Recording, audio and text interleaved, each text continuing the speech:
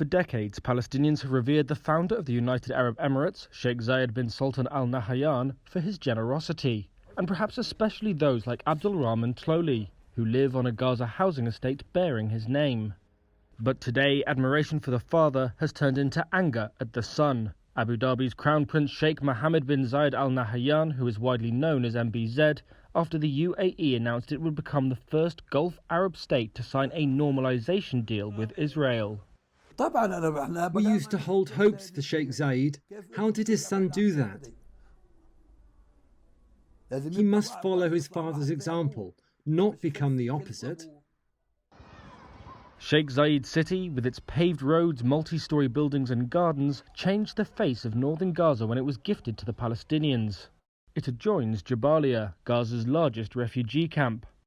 Abdul Rahman used to live there, before Israel bulldozed his home during the second Palestinian uprising.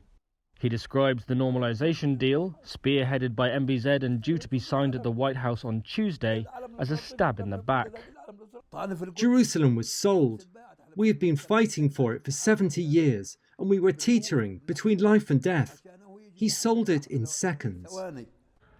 Abdul Rahman says he now wants nothing more from the UAE, describing the relationship as being fed before being slaughtered. His anger is mirrored across Gaza and the West Bank, amid fears that long-standing pan-Arab calls for Israel to withdraw from occupied lands and accept Palestinian statehood are now being weakened. But Israel, the UAE and the United States, which helped broker the accord, described it as a historic breakthrough for peace, which charts a new path and will unlock potential in the region.